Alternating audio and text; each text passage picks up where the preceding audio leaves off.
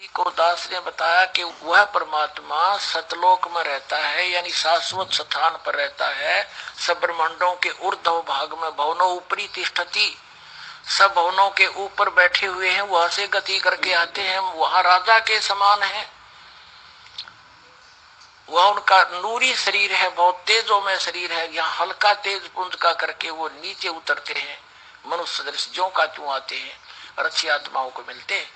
उनमें से आदरणीय नानक साहिब जी को मिले, आदरणीय गरीबदास साहिब जी को मिले, आदरणीय धर्मदास साहिब जी को, आदरणीय मुल्कदास साहिब जी को, आदरणीय दादू साहिब जी को, आदरणीय घीसा दास साहिब जी को मिले। उन सभी को जिंदा महात्मा के रूप में मिले। और आदरणीय हजरत मोहम्मद जी को भी वो खुद मिले आकर के। कहते बलख और बिलायक तक हम निधारा भेख। तो उन्होंने क्या कहा कि हम मोहम्मद को वहां ले गो, इच्छा रूपी वहां नहीं रहो। उल्ट मोहम्मद महल पठाया, गुज बीरज एक कलमा लाया। रोजा बंग नमाज दई रे, बिस्मल की नई बात कही रे। कहते हैं जब हजरत मोहम्मद जी ऊपर से वापस आए, कहते उन्होंने तीन चीज बताई आपको, रोजा बंग और नमाज। बिस्मल करने का आदेश ऊपर से अल्लाह का नहीं लेकर आया वो। कहते हैं हम मोहम्मद को वहां ले गए, इच्छा रूपी वहां नहीं रहो। उल्ट मोहम्मद महल पठाया, गुज बीरज एक कलमा लाया। कहते हैं रोजा बंग नमाज दई रे, बिस्मल की नहीं बात कही रे। कहते हैं मारी गौ शब्द के तीरम, और ऐसे होते मोहम्मद पीरम। और शब्द फेर जवाई, हंसा राख्या मांस नहीं बख्या। ऐसे पीर मोहम्मद भाई। एक बार हजरत मोहम्मद जी ने अपने वचन से, शब्द से, सिद्धि से एक गाय को मार दिया और सभी लोग इकट्ठे हो गए और कहा कि अब इसको मैं शब्द से ही जीवित करूंगा। हजरत मोहम्मद जी ने वचन से ही उस गाय को जीवित कर दिया था। तो यहाँ उस सूक्ष्म वेद के अंदर स्वयं परमात्मा ने आके बताया है कि मारी गौ शब्द के तीरम, ऐसे होते मोहम्मद पीरम। और शब्द फिर जवाई, अंसा राख्या, यानी उसका जीव बचा दिया और मांस नहीं बख्या।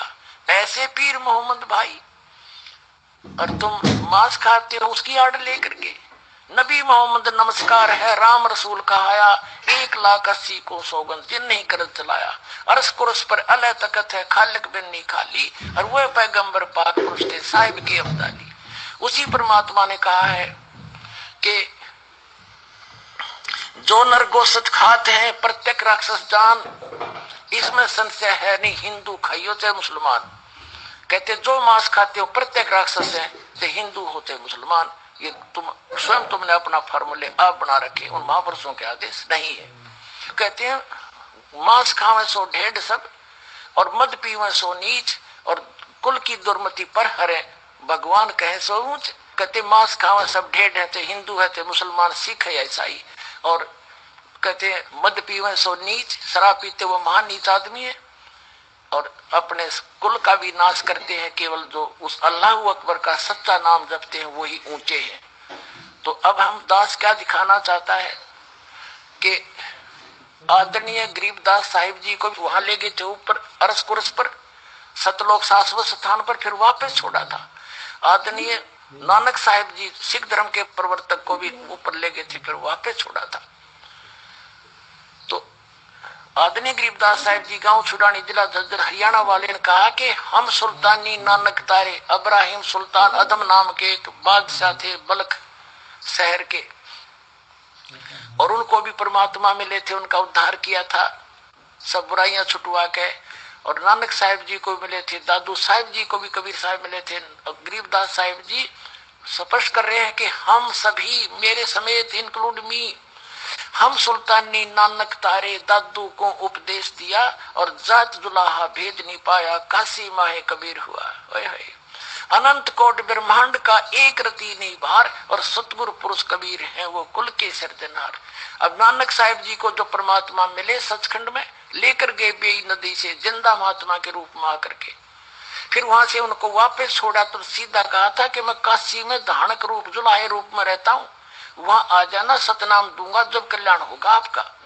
नानक साहब जी त्याग कर नौकरी को पहली उदासी में बनारस पहुंचे और जब देखा परमात्मा को एक जुल्हे के रूप में खड्डी में कपड़ा बुनते हुए, वही सूरत वही सकल जो सतलोक में अनंत कोट ब्रह्मांड के स्वामी के रूप में बैठे थे, तब देखकर कहा था फाई सूरत मुलुक की वेश ए ठगवाड़ा ठगी देश खरा सियाणा भोता बार, ये धानक रूप रहा करतार, ये धानक रूप रहा करतार।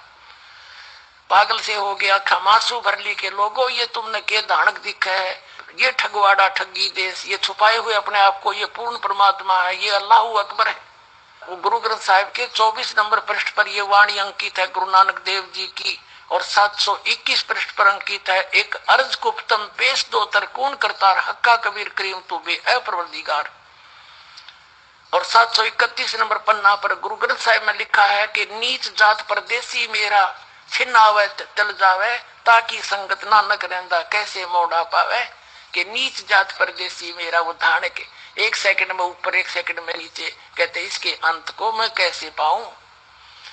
अब गुरु ग्रंथ साहिब में दिखाते हैं, गुरु ग्रंथ साहिब एक पुस्तक में ये वाणी लिखी थी, फिर गुरु ग्रंथ साहिब से हमने वेबसाइट के ऊपर प्रमाणित किया, देखा जो की तो पाई, और ये पुस्तक से वाणी हमने नोट कर रखे, आपको रूबरू कराते हैं। ये देखिएगा, ये वाणी है गुरु ग्रंथ साहिब पेज 24 श्री राग महला पहला, ये गुरु नानक देव जी की वाणी महला पहला, घर 4। एक स्वान दुई स्वानी नाल भलके भलकाई सदा बियाल, और कोड़ छुरा मुठा मुर्दार, ये दानक रूप रहा करतार। मैं पत न करने की कार बिगड़ रूप रहा विकराल, तेरा एक नाम तारे संसार, मैं ए हो आस ए हो आधार। नानक साहब कहते हैं तेरा एक नाम तारे संसार, मैं ए है आस ए हो आधार। मुख निंदा आख्या दिन रात, पर घर जो ही नीच मनात, काम क्रोध तन वसे चंडाल, ये धानक रूप रहा करतार। फाई सूरत मुलुक की वेश, ऊ ठगवाड़ा ठगी देश, खरा सियाणा बहुता बार, ये धानक रूप रहा करतार।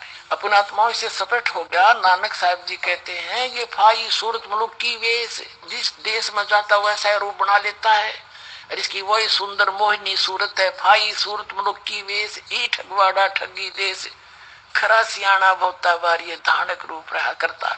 और कहते हैं तेरा एक नाम तारे संसार, वो संसार नाम है ना, वो है एक नाम। तेरा एक नाम तारे संसार, पूरे विश्व को पार कर देगा, और मैं ए हो आस ए हो आधार।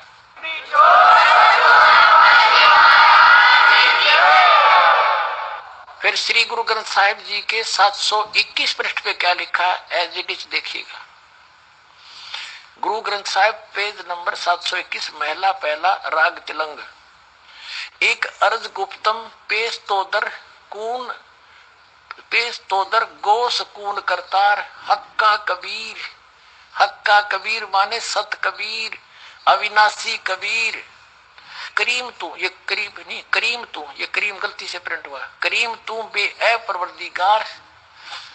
दुनिया मुकामे फानी तहकीक दिलदानी, ये इतना ही देखना हमने कि हक्का कबीर करीम तू बे परवरदिगार। और यहाँ लिखा है नानक बुगोयत जंतुरा तेरे चाकरा पाखा के।